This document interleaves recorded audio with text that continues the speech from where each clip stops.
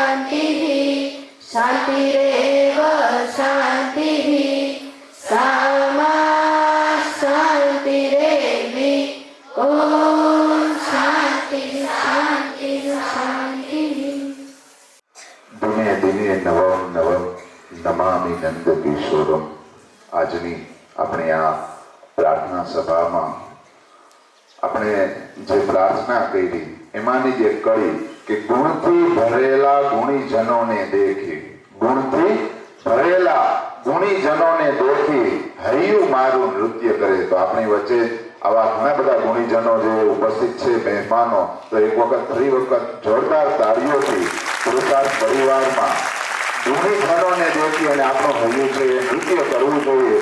તો આપણી વચ્ચે ઉપસ્થિત છે તો સૌપ્રથમ આપણે ડોક્ટર દિલીપભાઈ કે વ્યાસ, જેવો હું આજે જેમનો જન્મદિવસ છે એવા વડોદરા વિરાજભાઈને વિનંતી કરીશ કે આવી અને દિલીપભાઈ કે વ્યાસ, ડોક્ટર દિલીપભાઈ કે વ્યાસ એમના વિશે વાત કરીએ.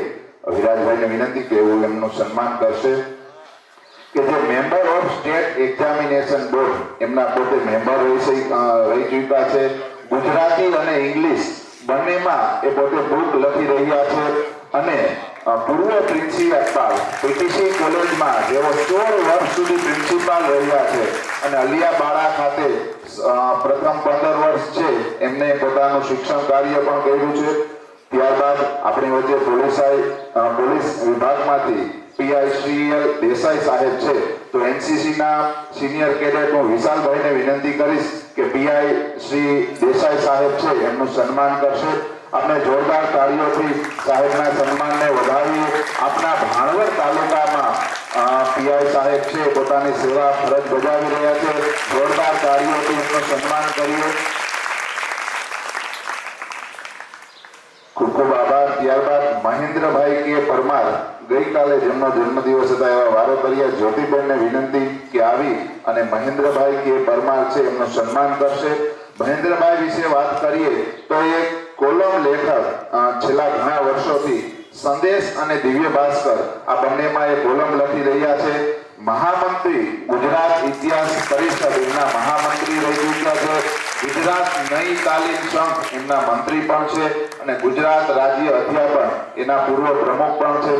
ત્યારબાદ પોલીસ વિભાગમાંથી પીએસઆઈ બીકે કડછા સાહેબ છે. તો હું એનસીસી સિનિયર કેડેટ મુળિયાસા રાજલભાઈને વિનંતી કરીશ કે આપણા ભાણવડ પોલીસ વિભાગમાંથી પીએસઆઈ બીકે કડછા સાહેબ છે એમનું સન્માન કરશે. આપણે સૌ જોરદાર તાળીઓથી વધાવીએ.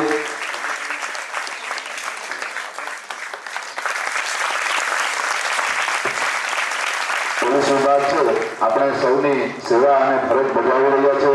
ત્યારબાદ વસરા ખુશાલીબેનને વિનંતી કરીશ કે પોલીસ વિભાગમાંથી પ્રતાપભાઈ કેસવાલા આપણી વચ્ચે ઉપસ્થિત છે.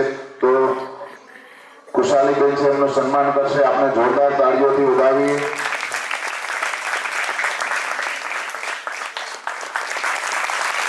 ત્યારબાદ રાઠવા નીરુબેનને વિનંતી કે પોલીસ વિભાગમાંથી મીનાબેન નંદાણીયા છે ઉપસ્થિત છે. તો એમના સન્માન માટે રાઠવા નીરુબેન આવી અમને પોલીસ વિભાગમાંથી નંદાણીયા મીનાબેન છે એમનું સન્માન કરશે. મૈત્રી ભાવનું પવિત્ર ઝરણું, આ એક મૈત્રી છે. આપ સર્વેમાં વહ્યા કરી અને આપણે આ પ્રાર્થના દ્વારા શરૂઆત કરી. ત્યારબાદ હું પોલીસ વિભાગ છે આપણે ઘણી વખત જોતા હોઈએ છીએ કે અત્યારે સાયબર ક્રાઇમ બહુ થઈ રહ્યા હતા. ક્રાઇમ તો ઘણા બધા પ્રકારના થાય છે આપણે જોતા હોય. પેલા ચોરી થતી તો એ ચોરી ઘરમાં આવે, તાળા તોડી ભૂતા હોય એને ઉઠાડીને વહી જાય. હવે તો એવી ચોરીઓ થાય છે કંઈ ખબર જ ના પડે ને આપણું ખાતું ખાલી થઈ ગયું હોય. એટલે સાયબર અવેરનેસ આપણા જીવનમાં કેટલું જરૂરી છે. અને અત્યારના સમયમાં યુવા પેઢી છે એ મોબાઈલની સંગત દ્વારા ચડે છે. તો એમાં ઘણી બધી લિંકો આવતી હોય, પીડીએફ ફાઇલ આવે અને એમાં આપણે ક્લિક કરીએ એટલે આપણા ખાતામાંથી કેટલા બધા પૈસા ઉપડી જાય અથવા તમને બ્લેકમેલ કરે. આવા ઘણા બધા સાયબર ક્રાઇમ થતા હોય. તો એમના અવેરનેસ માટે હું પોલીસ વિભાગમાંથી પીઆઈ દેસાઈ સાહેબને વિનંતી કરીશ કે એમના વિશે થોડી ઘણી વાતો કરે. શ્રી દેસાઈ સાહેબ.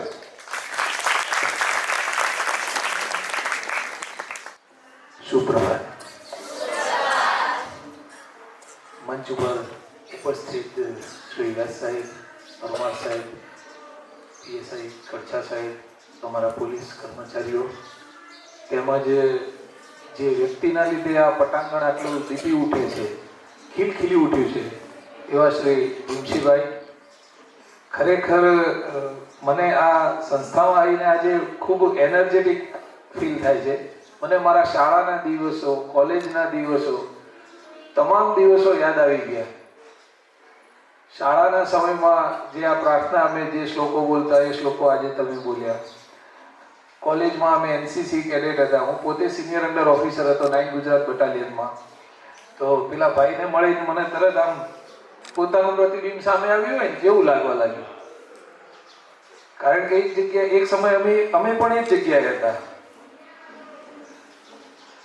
તમારો ભવિષ્યનો જે પાયો છે, જે કોઈ પણ તમારું ભવિષ્ય છે એ જે તે સંસ્થા અને તમારી પોતાની કાર્યશૈલીથી નક્કી થાય છે.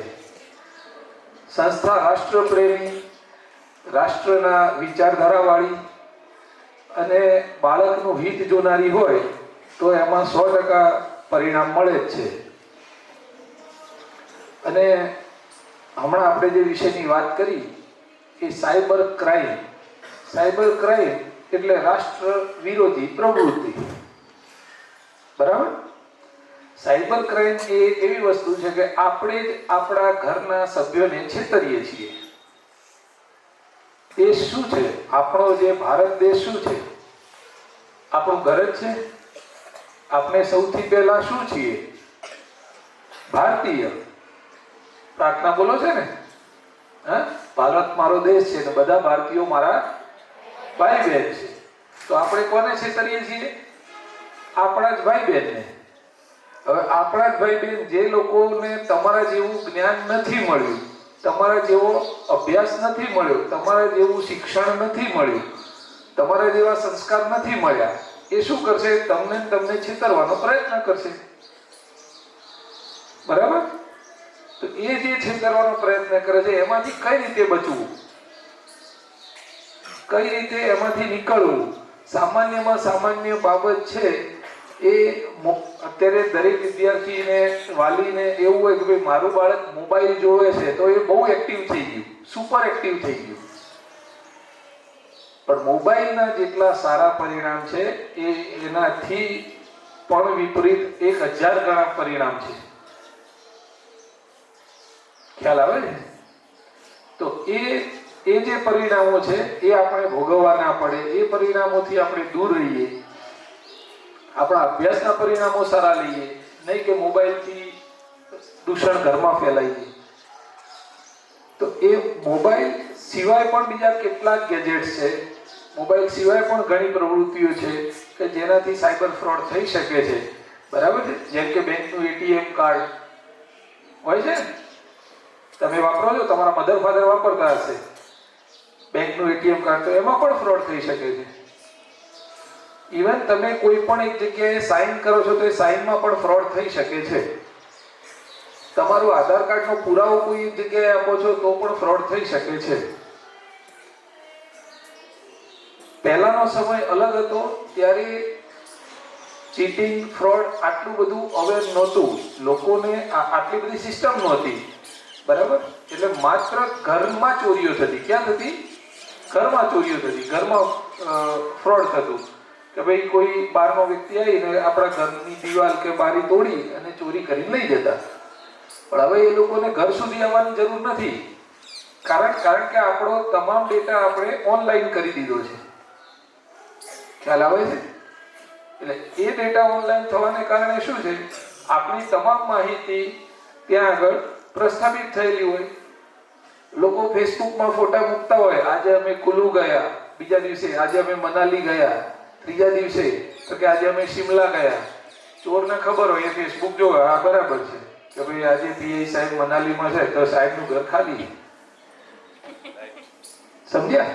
તમને એમ હોય કે હું ફેસબુક ઉપર એક્ટિવ છું, તમને કેવું હોય કે હું ફેસબુક ઉપર સુપર એક્ટિવ છું, મારા ફોલોઅર્સ વધી રહ્યા છે, હું જ્યાં જ્યાં ફરું છું ત્યાંના ફોટા મૂકું છું, લોકો ખુશ થાય છે, લાઈક આપે છે. એ લાઈક લેવામાં આ બાજુ આપણું ઘરમાં ચોરી થઈ જાય. ખ્યાલ આવે છે? એટલે લાઈક, હા જો વ્યાસ સાહેબ બોલ્યા, લાઈક વધવામાં લાઈફ બગડી જાય. બરાબર? એટલે એવું છે, સાયબર ફ્રોડ આપણે ધારીએ એટલો નાનો વિષય નથી. આપણને એમ થતું હોય કે ખાલી મોબાઈલમાં કોલ આવે એનાથી પૈસા જતા રહે, એવું નથી. એનાથી 1000 ગણી વસ્તુઓ છે સાયબર ફ્રોડમાં, તમને ખબર પણ ના હોય. તમારા સગા સંબંધી તમને એક લિંક મોકલે, ખાલી આ લિંક ક્લિક કરો, એના સાથે જ તમારું આખું એકાઉન્ટ હેક થઈ જાય, ડિલીટ થઈ જાય. તમે કોઈ રેન્સમ કોલ ઉપાડો અથવા તો કોઈ રેન્સમ મેસેજ ખાલી જુઓ તો તમારું આખું WhatsApp હેક થઈ જાય. તમે બેંકમાંથી અત્યારે નવી એક પોલિસી નીકળી છે કે બેંક વાળા લોન આપે છે, બરાબર? ઓનલાઈન લોન આપે છે કે તમે ખાલી તમારું આધાર કાર્ડ મોકલો એટલે તમને લોન આપી દે 10,000. કેટલી? 10,000, વધારે નહીં, 10,000. તમારે ભરવા હોય ત્યારે ભરજો, આવો એનો નિયમ હોય કે તમારે જ્યારે કોણ ના પાડે 10,000માં ફ્રી મળતા હોય તો એ લઈ લીધા. તમે 10,000 લીધા એટલે જેવો એ શું કે તમે મારી એક લિંક છે એ ક્લિક કરો, એ લિંક ક્લિક કરો એટલે તમારા તમામ ડેટા એની પાસે જતા રહે. તમારા અકાઉન્ટમાં કેટલા પૈસા છે, તમારા સગાવાલા કોણ કોણ છે, સગાવાલાનો શું નંબર છે, એ બધાનો ડેટા એના જોડે જતો રહે. હવે ચલો આપણા એકાઉન્ટમાં ના હોય પણ સગા સંબંધીના જોડે તો હોય ને, તો આપણી સાથે આપણે આપણા સગા સંબંધીના પણ ખિસ્સા ખાલી કરતા જઈએ છીએ. પછી આપણા મમ્મી પપ્પાના નંબર હોય, આપણા ભાઈ બહેનના નંબર હોય, દરેકના. ચલો આપણા એકાઉન્ટમાં 200, 500, 1000 રૂપિયા કે 5,000 કે 20,000 પડ્યા હોય, પણ પપ્પાના એકાઉન્ટમાં એકાઉન્ટમાં તો પગાર પડ્યો હોય ને, પછી ઘર કઈ રીતે ચાલે? એટલે વસ્તુ આ છે, સામાન્યમાં સામાન્ય ક્લિક પણ તમને નુકસાન પહોંચાડી શકે છે. હું પોલીસ સ્ટેશનનો પીઆઈ હોવા છતાં ઇન્સ્ટાગ્રામ વાપરતો નથી, ફેસબુક વાપરતો નથી, ક્યારેય પણ નહીં. ફેસબુક વાપરવાનું જ નહીં. શું કરવા ભાઈ? આપણે આપણી જિંદગી બીજાને બતાવીને શું કરવું છે? ઇન્સ્ટાગ્રામ રાખી એની બધી રીલ્સ જોઈ અને મગજ ખરાબ શું કરવા કરવું છે? આપણો જે કામ છે એ કરીએ. અત્યારે તમારું કામ શું છે? અભ્યાસનું, તો અભ્યાસ કરીએ. અત્યારે અમારું કામ છે ફરજનું, ફરજ નિભાવીએ. બીજા બધા માટે સમય શું કરવા વેડફવો છે? ખ્યાલ આવે છે? તમે એકલી રીલ્સ જોવો એના કરતા એકલું તમારા મમ્મી પપ્પા પાસે બેસો, એટલો સમય પોતાના ભાઈ બહેન પાસે ગાળો, મમ્મી પપ્પા પાસે ગાળો. એ જે વેલ્થ છે ને તમારા જેમ ભલે એકાઉન્ટમાં પૈસા ના હોય પણ ઘરમાં મમ્મી પપ્પા હોય ને એ સૌથી મોટી મૂડી છે. એ અત્યારે ખબર ના પડે. તમે મોટા થશો, મમ્મી પપ્પા ઘરડા થશે, તમે ઉંમરલાયક થશો, ત્યારે તમને એમની કિંમત સમજાય. ખ્યાલ આવે છે? એટલે મોબાઈલ છે એ સિવાયના ઘણા બધા ગેજેટ છે. એ વિશે વિસ્તારથી માહિતી અમારા પીએસઆઈ કડછા સાહેબ આપને આપશે. પણ એમાંથી શીખવાનું છે. શીખવાનું શું છે કે એનાથી દૂર કઈ રીતે રહેવું, આ બધા ફ્રોડથી દૂર કઈ રીતે રહેવું. નહીં કે એ શીખવાનું કે ફ્રોડ કઈ રીતે કરવું. બરાબર? આપણે અહીંયા કઈ રીતે કરવું એ શીખવા નથી આવ્યા, એનાથી કઈ રીતે દૂર રહેવું એ શીખવા આવ્યા છે. ખ્યાલ આવે? તો હું વધારે સમય નહીં લેતા પીએસઆઈ કડછા સાહેબને વાત કરીશ કે એ આપને આમાં ડિટેલ માહિતી આપશે. Thank you. ખૂબ ખૂબ આભાર દેસાઈ સાહેબ. અવેરનેસ વિશે વાત કરી. ત્યારબાદ કડછા સાહેબને વિનંતી કે આમના વિશે વિશેષ વાત કરે.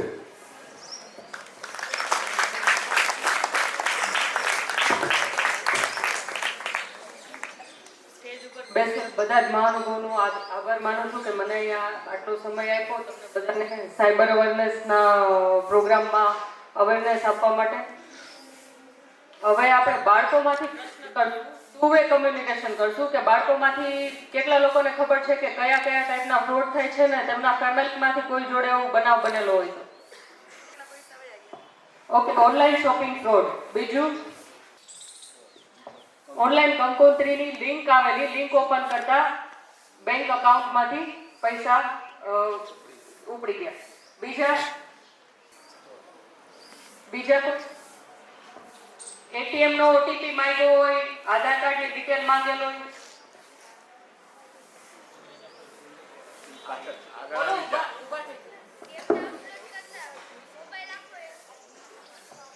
Okay, app download. તો ઓલમોસ્ટ બધા અત્યારે ઉંમરમાં નાના દેખાય છે પણ બધા અવેર છે. તો આપણે એ તો ખબર જ છે કે કઈ ટાઈપના ફ્રોડ થાય છે. અને જેવું દેસાઈ સાહેબે કીધું કે બધું જ ડિટેલમાં સરે વાત કરી કે આ ટાઈપના ફ્રોડ થાય છે, આ ટાઈપના માંથી તમારે કઈ રીતે બચવું. તો મારા કહેવા માટે ટોપિક એક જ છે કે આપણે ઓનલાઈન ફ્રોડ ના થાય એના માટે શું કરવું. જેટલા તમે અવેર હશો, જેટલા એલર્ટ હશો, એટલો ફ્રોડ નહીં થાય. ફ્રોડ કોનાથી થાય છે? તમારો ફોન તમારા પાસે છે, તમારો ફોન તમે ઓપરેટ કરો છો, તમારા ફોનમાં તમે ક્લિક કરો છો, તમારા અંગૂઠા અને આંગળીથી ફ્રોડ થાય છે. સામેવાળું વ્યક્તિ ફ્રોડ કરવા માંગે છે પણ જો તમે એલર્ટ હશો, તમે અવેર હશો કે આ ટાઈપનો ફ્રોડ થાય છે તો તમારી સાથે ફ્રોડ થશે નહીં. કેટલા લોકો આમાં એગ્રી છે? National crime record bureau NCRB ના ડેટા પ્રમાણે દર વર્ષે 80% સાયબર ફ્રોડ વધે છે. દર વર્ષે 80% સાયબર ફ્રોડ વધે છે. એનું કારણ દિવસે ને દિવસે ઇન્ટરનેટ અને ફોનનો યુઝ વધારે થાય છે.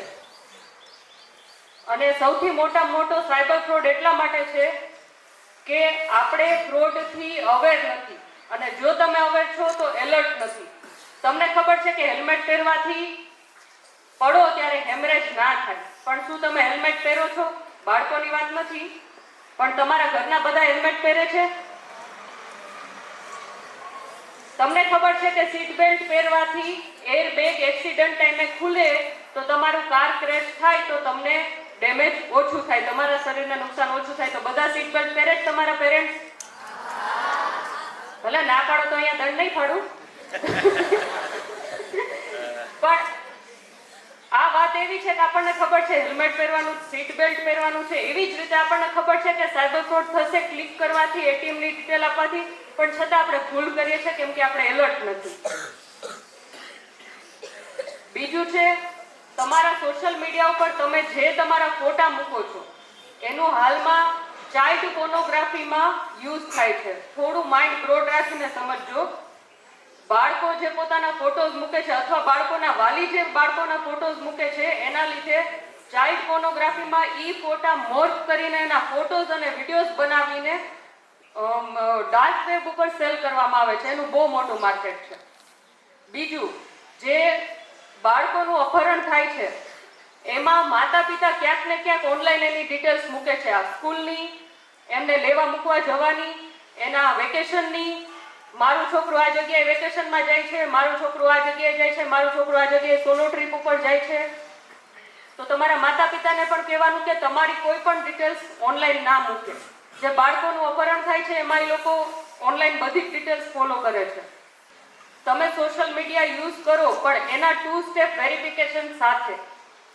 ના કરો તો બેસ્ટ, પણ જો કરો છો તો તમને ખબર હોવી જોઈએ કે આમાં કયા કયા થ્રેટ્સ આપણા ઉપર આવી શકે એમ છે. કેટલા લોકોનું આમાંથી ઇન્સ્ટાગ્રામ અકાઉન્ટ છે?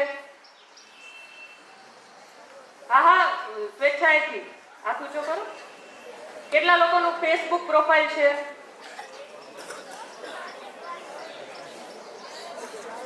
કોઈ પણ પોસ્ટ આપણે ફેસબુક અને ઇન્સ્ટાગ્રામ ઉપર કરીએ, ના કરો તો બેસ્ટ, પણ જો કરો છો તો તમે જ્યાં જવાના છો એનું પહેલાથી લોકેશન નહીં મૂકવાનું. Going to Ahmedabad, going to Rajkot, on the way to Ahmedabad એવું નહીં મૂકવાનું. તમે ટ્રીપ કરીને આવી જાઓ પછી કોઈ પણ તમારા ફોટોઝ અને પોસ્ટ તમે મૂકી શકો. એ તમારા માટે બેસ્ટ રહેશે. બીજું છે, કોઈ પણ અનનોન રિક્વેસ્ટ એક્સેપ્ટ નહીં કરવાની. આમાંથી કેટલા લોકો ગમે એની રિક્વેસ્ટ આવે તો એક્સેપ્ટ કરી લે છે?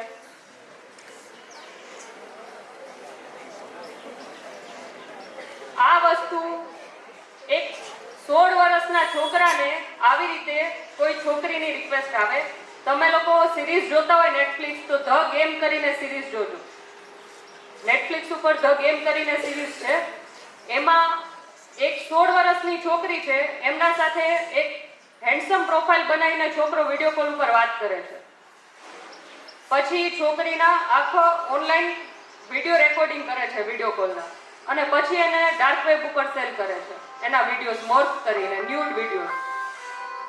તો આ સેમ વસ્તુ છોકરા અને છોકરીઓ બંને માટે લાગુ પડે છે. તમે જેની સાથે વિડીયો કોલમાં વાત કરો છો, જેની સાથે ફોટો શેર કરો છો, જેની સાથે તમારા ઘરની ડિટેલ્સ શેર કરો છો, તમારા ફેમિલીની ડિટેલ્સ શેર કરો છો, એ વ્યક્તિ કેવું છે પાછળની સાઈડ તમને ખબર નથી. હું તમારા સામે વર્ધીમાં ઊભી છું, તમને ખબર છે કે હું પોલીસ સબ ઇન્સ્પેક્ટર છું, સર પોલીસ ઇન્સ્પેક્ટર છે, કોન્સ્ટેબલ છે, સર પ્રિન્સિપલ છે, તમારા મેડમ ટીચર છે, પીટી ટીચર છે, મેથ્સ ટીચર છે. પણ સોશિયલ મીડિયામાં સામે કોણ છે એ તમને ખબર નથી. ઈ જે કહે છે એ તમે બિલીવ કરો છો, એટલા માટે સાયબર ફ્રોડ થાય છે. એ વર્ચ્યુઅલ વર્લ્ડ છે જે રિયલ વર્લ્ડ કરતા આખું અલગ છે. આપણે બે વર્લ્ડમાં અત્યારે સાથે સાથે જીવીએ છીએ. એક રિયલ વર્લ્ડ છે જેમાં અત્યારે તમે બેસેલા છો, એક વર્ચ્યુઅલ વર્લ્ડ છે જેમાં તમને ખબર જ નથી કે પડદા પાછળ કોણ છે.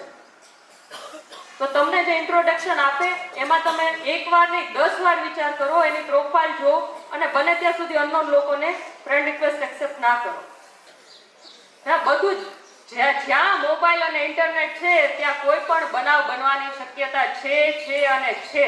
અને બનાવ બન્યા પહેલા તમારે વિચાર કરી લેવાનો કે આ બનાવ મારી સાથે બનશે અને બનશે જ.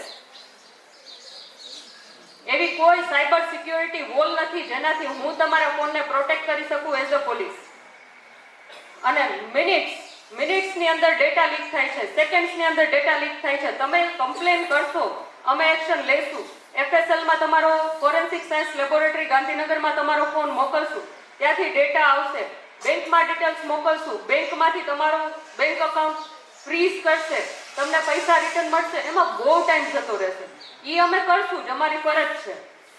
પણ એ તમારા એક ક્લિકથી રોકાઈ શકે છે.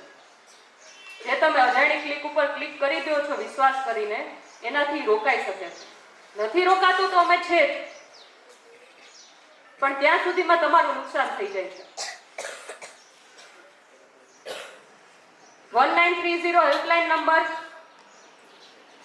બધાને યાદ જ છે ને? સાયબર હેલ્પલાઇન નંબર બોલો બેન, કોણે આપ્યું છો? હા બોલો.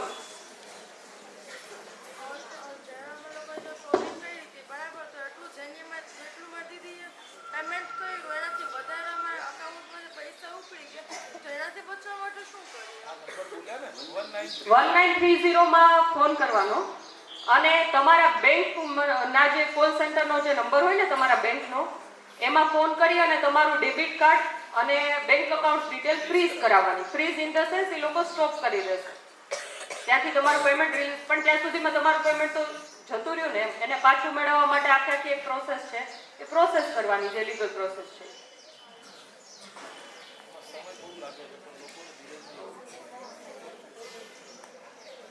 એમાં અમે ધારીએ કે તમને આટલા જ પૈસા અપાઈ દે તો અમારાથી પણ પોસિબલ નથી. એક આખી લીગલ પ્રોસેસ છે.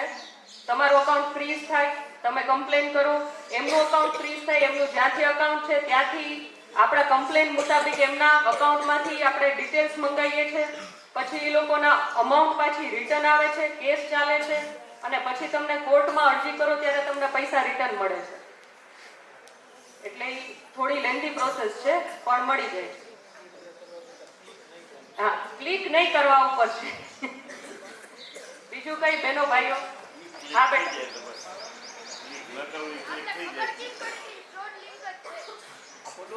Unknown link. હા બોલ.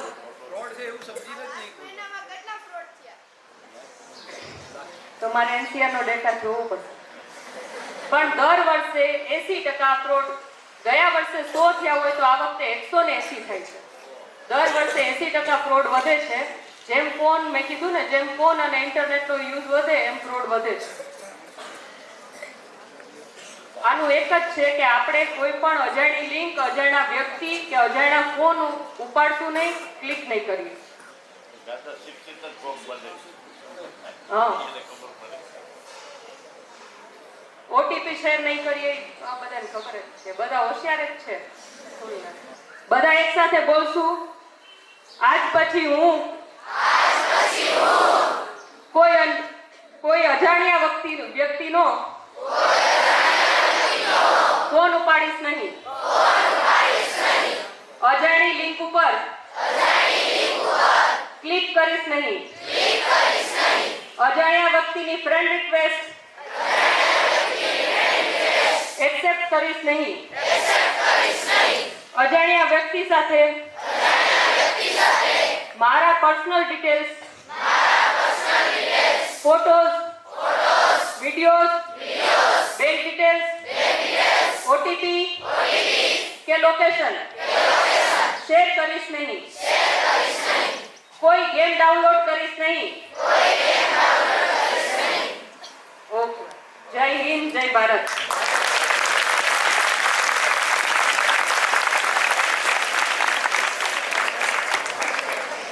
ખૂબ ખૂબ આભાર વર્ષા સાહેબ. જેમ એમને વાત કરી અવેરનેસ, આપણે આપણો મોબાઈલ અને બધું જ આપણું છે.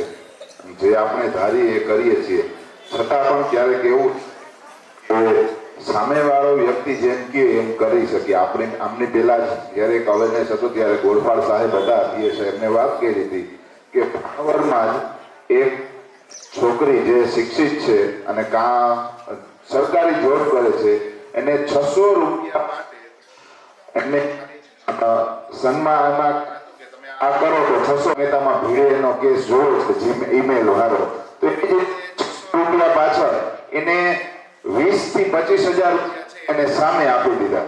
એટલે આપણે ખાસ આવું ધ્યાન રાખીશું અને મોબાઈલમાં અજાણ્યા વ્યક્તિ સાથે કે અજાણ્યાની લિંકમાં ક્યારેય ક્લિક નહીં કરીએ, જેનાથી આપણે ક્યારેય પણ આમનો શિકાર ન બનીએ. ફરી એક વખત જોરદાર તાળીઓથી પોલીસ વિભાગની પૂરી ટીમને વધાવીએ કે આપણી શાળામાં આવી અને આમના વિશે વાત કરી. ત્યારબાદ આપણી વચ્ચે મહેમાન છે તો એ આપણે ગ્રુપ વાઇઝ ક્લાસમાં વ્યાસ સાહેબ અને પત્રકાર શ્રી છે તો એ બંને છે આપણે ગ્રુપ વાઇઝ આપણા ક્લાસમાં છે આવી અને આપણે એમની સાથે વાત અને ચર્ચાઓ કરીશું. આપણે અહીંયા સભા પૂરી કરીએ તો બે હાથ જોડી આંખો બંધ કરી અને શ્લોક દ્વારા આપણે આ સભા છે અહીંયા પૂરી કરીએ.